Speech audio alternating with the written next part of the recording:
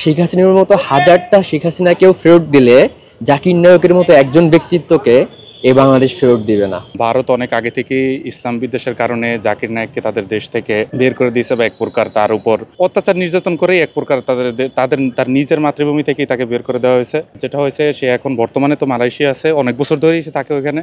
মুসলিম প্রধান কান্ট্রি, বিশেষ করে বাংলাদেশ, পাকিস্তান বা অন্যান্য দেশ যারা আছে, আমরা প্রথম থেকেই আমরা জাকির নায়েককে সমর্থন করি, জাকির নায়েককে আমরা ভালোবাসি।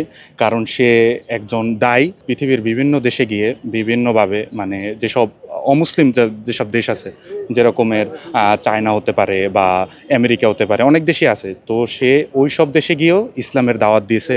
বিভিন্ন বিধর্মী বা বিভিন্ন যারা মুসলিম ধর্মের মানুষ না, তাদেরকে দাওয়াতের মাধ্যমে ইসলামের পথে নিয়ে আসছে, তাদের ইসলামের ইতিবাচক দিক সম্পর্কে তাদের জানিয়েছে, যেটা আমাদের দেশের আমরা নিজেরা সাধারণ কয়জন মুসলিম এভাবে করতে পারছি। তো এই রকমের একটা মানুষ আমাদের দেশে আসতেছে এত বছর পরে, আমরা তাকে অবশ্যই মানে ভালোভাবে বরণ করে নিতে চাই। ঢাকা বিশ্ববিদ্যালয় থেকে সম্ভবত তাকে ডক্টরেট ডিগ্রি দেওয়ার জন্য তাকে ডাকসু থেকে হয়তো বা সাধারণ ছাত্রছাত্রী থেকে হয়তো তাদের একটা আবেদন দিয়েছে ঢাকা বিশ্ববিদ্যালয়ের প্রতি। তো দেখা যাক সে আসার পর এগুলো কিভাবে কি হয়। আমাদের দেশের যে স্বৈরাচার সরকার, পতিত সরকার শেখ হাসিনা, গত বছর 5ই আগস্ট থেকেই সে ওই দেশে বসবাস করতেছে।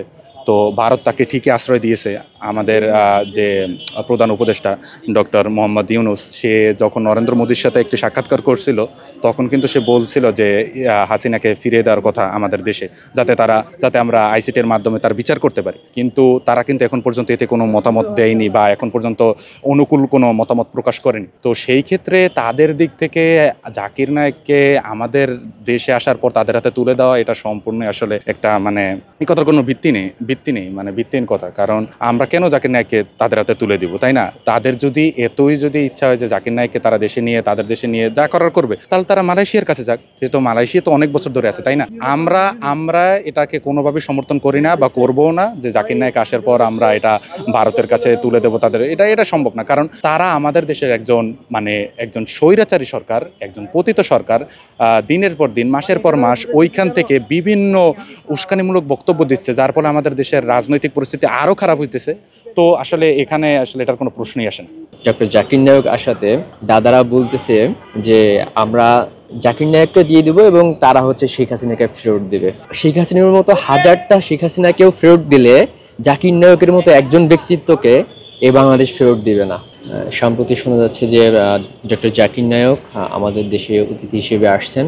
সংবাদটা একজন মুসলমানের কাছে খুবই আবেগঘন বিষয় এবং সেই সাথে দুঃখ লাগারও বিষয় যে বিগত সময়ে ডক্টর জাকির নায়ক যে ইসলামের দায়ী হিসেবে বা ইসলাম প্রচার হিসেবে যে বক্তব্য রাখতেন পিস টিভিটা, সেটা বাংলাদেশে নিষিদ্ধ করা হয়। তারপরই তিনি হচ্ছে সশরীরে আসছেন, এটা ভালো লাগার বিষয়। তিনি যে অগ্রণী ভূমিকা পালন করছেন পুরা বিশ্বে, মুসলমান বলেন এবং বিধর্মীদের বলেন, যে ইসলামটা প্রচারের জন্য যে অগ্রণী ভূমিকা পালন করছেন এবং যে ইসলাম বিষয়ে যে নেগেটিভিটিগুলা সেটা খুব কাছে থেকে পশ্চিমা বিশ্বে সে জানিয়ে দিতে পারছে। তিনি এমনই একজন ব্যক্তিত্ব, তিনি বাংলাদেশের মাটিতে পা রাখবেন, এটা বাংলাদেশের জন্য একটা খুবই পজিটিভ এবং ভালো লাগার বিষয় বাংলার আপামর মুসলমানের জন্য। শেখ হাসিনা একজন রাষ্ট্রীয় অপরাধী, সেদিক দিয়ে আপনার ডক্টর জাকির নায়ক কোনো রাষ্ট্রীয় অপরাধী না। তো বিষয়টা খুবই লজিক্যাল এবং হাস্যকর। উনি কোনো অপরাধী না যে বন্দি বিনিময় করতে হবে। হ্যাঁ, এটা দাদাদের মাথায় সাধারণ জ্ঞান থাকলেই তারা এটা বুঝবে। আসলে ডক্টর জাকির নায়েক বাংলাদেশে আগমন, এটা বাংলাদেশিদের জন্য খুবই গর্বের একটা বিষয়। কারণ তিনি যেভাবে ইসলাম ফোবিয়া এবং ইসলাম বিরোধীদের যুক্তি তর্ককে মানে যেভাবে খণ্ডায়িত করেন, ইসলামকে মানে ইসলাম ফোবিয়াদের সামনে যেভাবে তুলে ধরেন, সেটা আমরা তরুণ প্রজন্ম খুবই নিতে আগ্রহী। কারণ ওনার থেকে আমরা অনেক কিছু শিখতে পারবো, অনেক কিছু জানতে পারবো, যা আমরা আমাদের সমাজ জীবনে বাস্তবে এবং আমাদের পারিবারিক জীবনে বাস্তবায়ন করতে পারবো।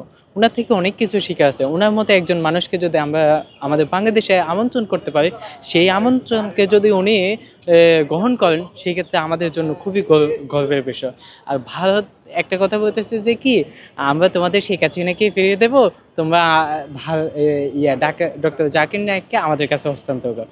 এই বিষয়টা একদম হাস্যকর ভাই, একদম হাস্যকর। আপনি আমাদেরকে 1,000 টাকা না 1 লক্ষ শেখ হাসিনাকে দেবো আমরা, এরকম একজন গুণী ব্যক্তি, এরকম একজন ইসলামিস্ট ব্যক্তিকে আমরা কখনো ফিরিয়ে দেবো না।